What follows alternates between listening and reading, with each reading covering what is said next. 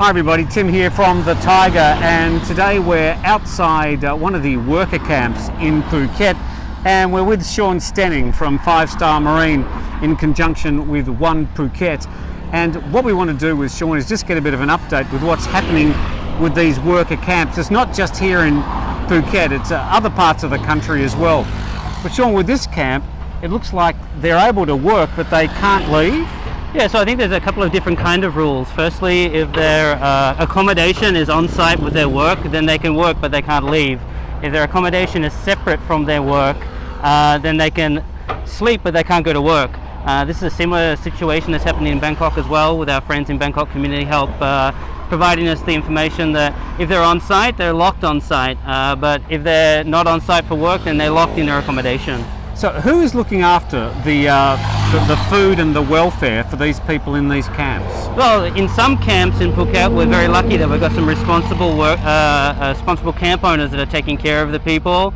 But in the camps where maybe the companies had a bad time, then they're not able to take work, and that's where people like One Phuket and Bangkok Community Help step in. You know, like Tim, I think you were part of the chat yesterday where Bangkok Community Help were at a workers' camp. They said 18 people in this particular camp, 16 of them who had just tested positive, and they were in there delivering food. Well, this is the problem with these camps. Sorry, by the way, about the traffic. We're right on the road. We're not allowed to go into the camp, which is understood, but we're on public land here. So sorry about all the noise.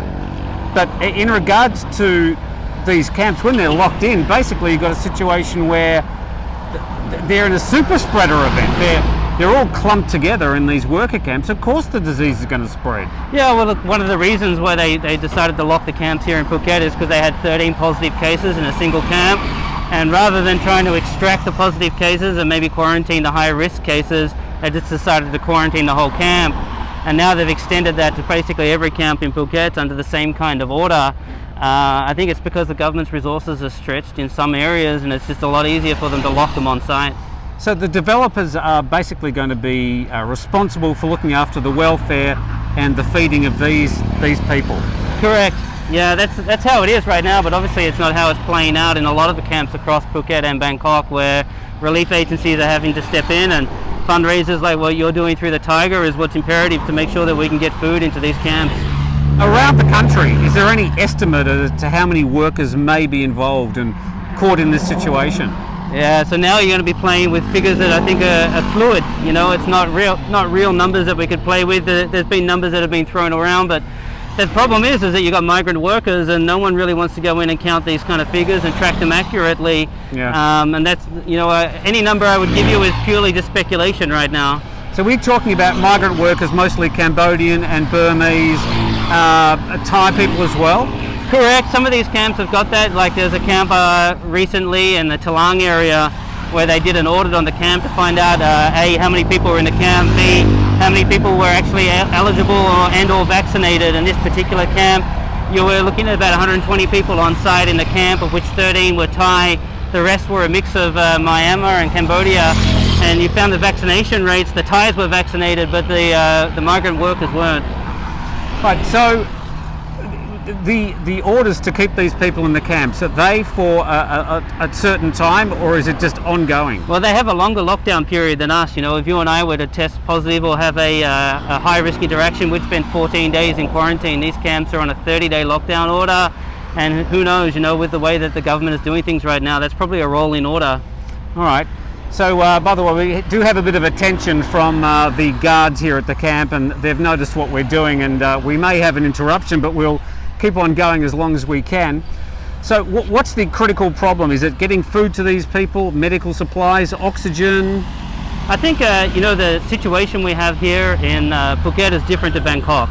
You know, talking with the Bangkok Community Help guys, they have a real medical problem down there, getting oxygen in also, but getting the positive tested cases out into somewhere that's safe. Here in Phuket, I don't think we yet have that medical crisis. We haven't reached the limit. We just really have a food crisis right now. All right. So this is a difficult question for you, but is you doing these food packs? Could you sort of describe what you're doing?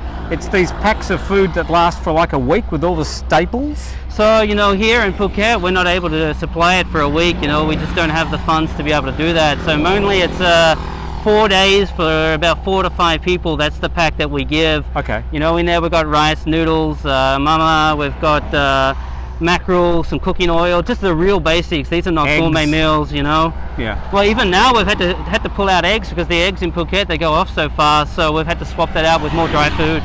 Okay. By the way, your mask is much better than mine. I'm sorry, I've got a about 20 baht mask. You got one of the expensive ones. Yeah, I want the hat. Okay, so do you know roughly what the cost is for one of those packs feeding 4 people for 4 days? What does 140 that cost? baht. 140 That's where baht. we're at right now. We've been able to get some discounts, and we also get some help from some of our suppliers to get the numbers down. So Okay. 140 baht a pack right now. Right. Okay, so these workers in these worker camps, in this particular one, they're working during the day and then they're locked in here at night. They can't go out, they can't go and get food. They're just simply relying on the developer or organisations like yourself to help them. That's all they've got. Yeah, that's how it stands right now. And Gee. again, they're outside of that governmental system, you know. And I know that, especially in Bangkok, talking to Bangkok Community Help again, they were telling us the other day that whether they have some social security or not, these guys are getting paid 50 baht a day in these camps right now. 50 baht a day. Yeah. So they've had their usual wages cut. Correct. They should be paid, what, a minimum of 300 a day by law? Yeah, that's where it stands. That's where it stands, and that's what we're getting out of the Bangkok Community Help guys right now in Bangkok. So it's not as if they can afford to go down to 7-Eleven and buy some noodles anyway. No, well, they can't leave now, so Yeah, And I think Grab can't come. There's no delivery services here. You know, they can't even afford the delivery service. This is one of the biggest working sites currently in Phuket, and despite the pandemic and all the problems on the island, they are continuing to build this huge entertainment complex. And hopefully at some stage when tourists eventually start coming back in numbers, it'll all be ready, but they've still got another year of construction here. Yeah, at least. Yeah. All right, Shaun, thank you very much for talking to us. We can only please beg you to, if you have the means, just to dig deep and help out. We just want to push our charity over the 1 million baht mark. We'll be finishing on Sunday, and then next week we'll be handing over the money to Shaun and the One Phuket people here in Phuket, and also the Bangkok Community Help people in Bangkok. So from Shaun and me, thank you for watching. Sorry about all the noise, and we'll see you next time on the Thaiger. It's time to join the conversation. Thaiger Talk is our forum where you can share your thoughts and comments about all the news stories, as well as just about anything happening in Thailand. Just scroll down under any Thaiger story, click on Thaiger Talk, register, and you're in. It's time to join Thailand's fastest growing forum. So jump in and be part of the Thaiger Talk conversation.